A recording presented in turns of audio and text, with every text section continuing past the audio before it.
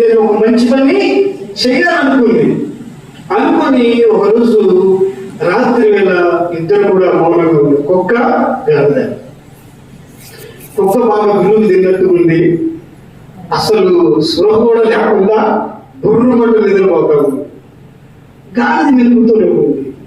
ఇంతలోపు ఈలోపు ఎవడో వచ్చాడు ఇంట్లోకి. అలవాల్సింది అంటే కుక్క.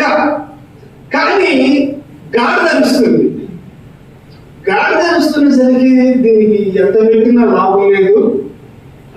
ఓ కడుపుతా ఉంటుంది, అది చూడ దీనికి చక్కగా పట్టుకుందని చెప్పేసి ఈ తెలివి తప్పు గాడిదని ఏం చేసిందంటే, నువ్వు తిన్నాడా మళ్ళీ ఇంకా మురుగుతావు అని చెప్పేసి ఒక కర్ర తీసుకున్నాను, పీపుల్ పీకాడు.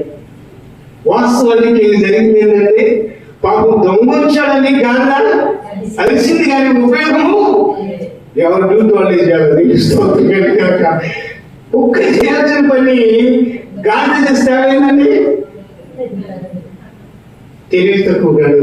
తెలివైన గాడిద చూసావా, చక్కగా ఉప్పు బరువులు ఏం చేసింది, నీళ్ళలో ముంచి తన బరువుని తేలికగా చేసింది. నేను స్తోత్రం కలిగిన. ఎందుకు చెబుతున్నాను ఈ మాట అంటే, యేసు క్రీస్తు వారికి ఆ యొక్క గాడిద మీద ఊరేగిస్తూ వస్తూ ఉన్నప్పుడు, గాడిద మీద ఎవరున్నారని బట్టలు పరిచారు? యేసయ్య ఉన్నాడనేగా.